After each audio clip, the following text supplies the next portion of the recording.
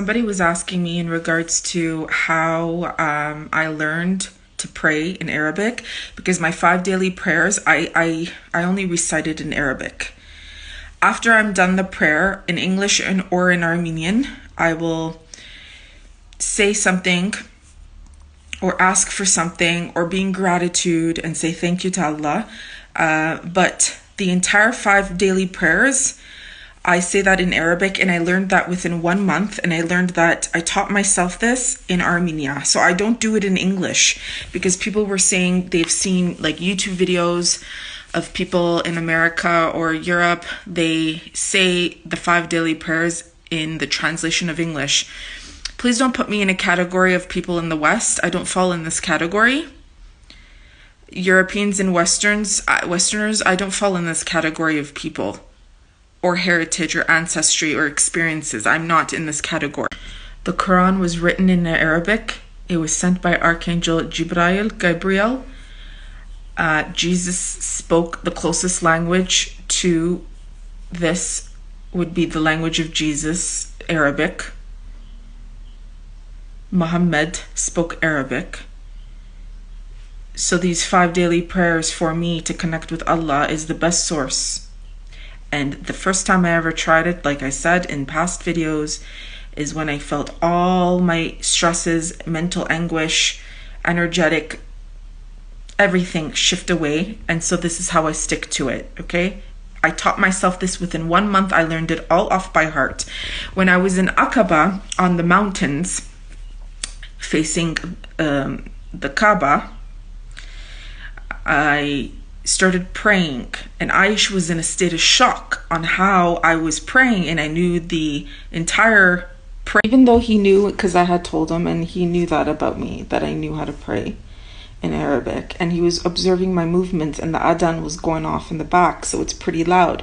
So he kept coming closer and closer, and he's listening to what I'm saying, because I was saying it softly, and he was in a state of shock because his eyes were going like this, you know. But 1 month I taught myself this. How I taught myself this was through YouTube. The female, I would repetitively put it on every day, where the female would, there was a woman who would recite it, the prayers, and then I learned it. So when I went to Aqaba, and I was living in Aqaba for 6 months, I was taking some online Arabic courses. And people were just trying to stall, and like I said, this is all part of the test of if you really truly want to make something happen, or if it is part of your qadr, which is of course from Allah, the distractions. So with all the distractions of the people that were, getting involved in trying, to assault the neighborhood or me, or prevent me from, expanding in my Islamic path, as well as, just people intruding. And I mean, not everybody, like I said, there was just the two, but it's a test.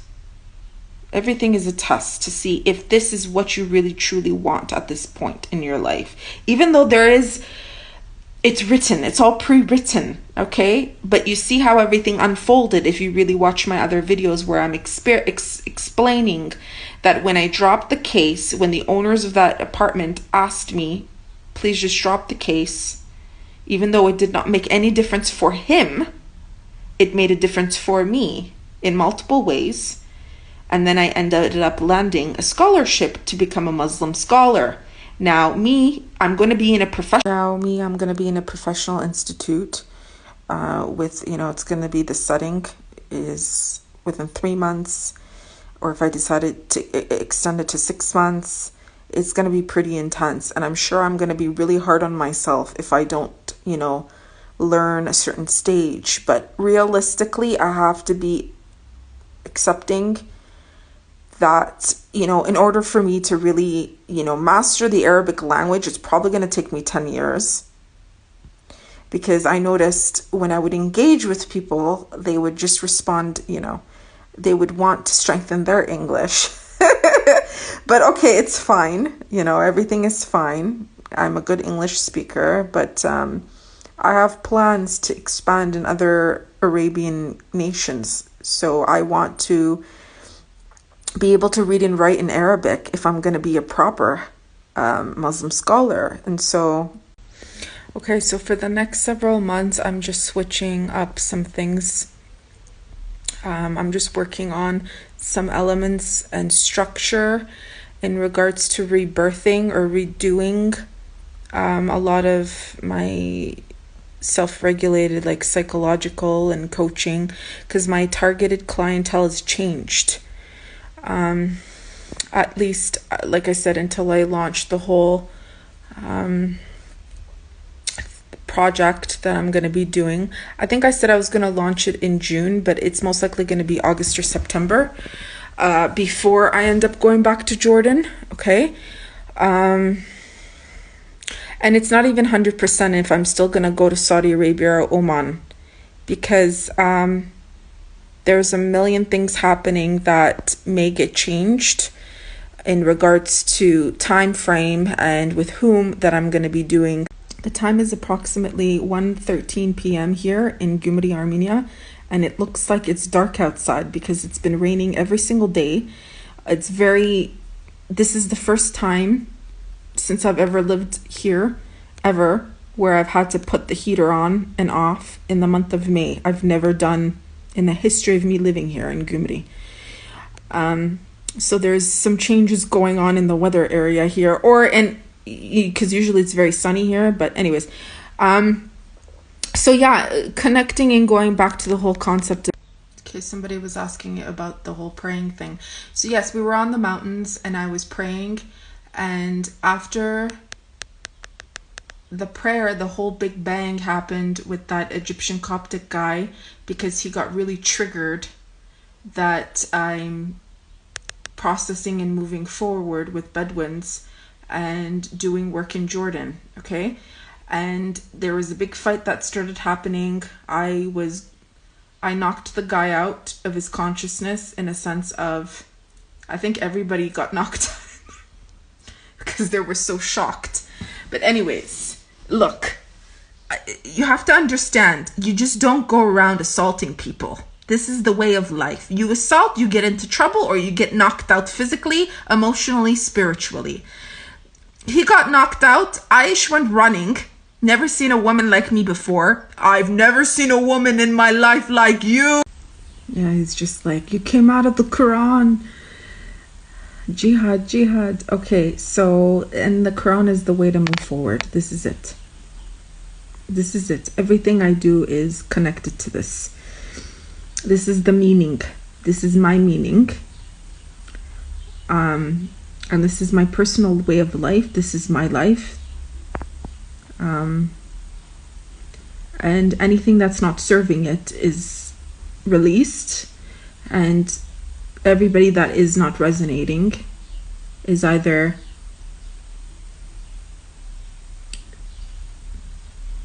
released out of my life and they're finding their own path, or whatever it is. But the protection of being surrounded by the work that I do is just all I could ever need, more than any family, more than any human being. I'm going to tell you this right now. Okay, I'm back. I just finished praying Asr. The sun came back out. And we were kind of talking about some of the work that I did in years ago.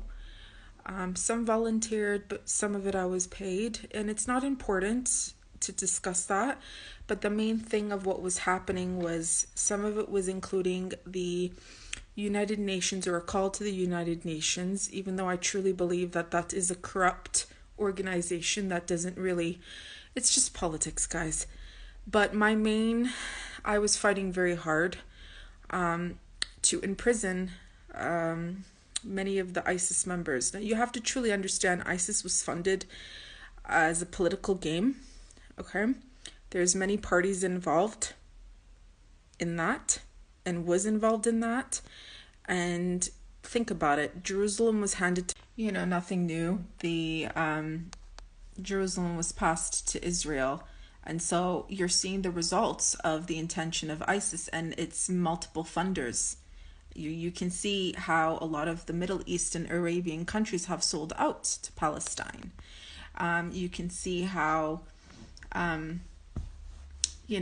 this is all due to the Judeo-Christian also connection. This is also connected to the false Jews, which, these Europeans who are not even Jews, who have converted to Judaism, which Israel is not even a fan of. But listen, the point is, it's all a political game. Islam has been labeled terrorists for something that it's not.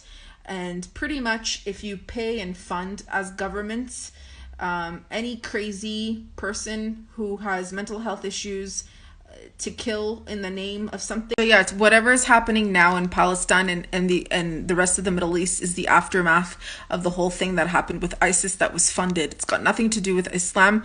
And even the history of Islam, it was all, majority of it was, a lot of Jews pretending to be Muslims, okay? Whether it was in Turkey, whether it was in Ottoman Empire, whether it was in the name of all these other nations, a lot of it were actual Jews, okay? And so, yes, I've lived amongst Jews. I've lived amongst Kurds. I've lived amongst Arabs. And I will tell you right now, from all these groups of people, it's the Arabs who are more willing to be open to non-Arabs. And it's the Kurds and the Jews who are more racist and who are more willing to create and expand their countries. Okay? So this is all politics, and you can see it happening right now. You can see it happening right now in Palestine, what Israel's doing, and their intention was and is to pit everybody against each other so that the false Jews can move forward and proceed and have power over the entire world. Yes, we know that. It's in their book. It's in their holy book. Everyone is a Malachite. Everyone is a dirty animal, only for the Jews. And so they hire and recruit Europeans and Africans to kill Palestinian children, to rape Palestinian women, the same thing of the Armenian genocide. They pitted the Arabs and the Kurds and the Turks against each other when they were all living in happy bliss. Islam, Christianity, every religion for hundreds and thousands of years. It's all a political game. And so don't message me and leave comments because of your ignorance that this or this or this or this. If you understand politics, you won't get this in that, this is a war based off Islamic countries against Christian countries, or Islamic countries against Israel. Listen, it's a political game. Iran will fight for Armenia till the end. The Chechens, that is all predominantly very strict Muslims, will fight for Armenians till the end. Syria, Lebanon,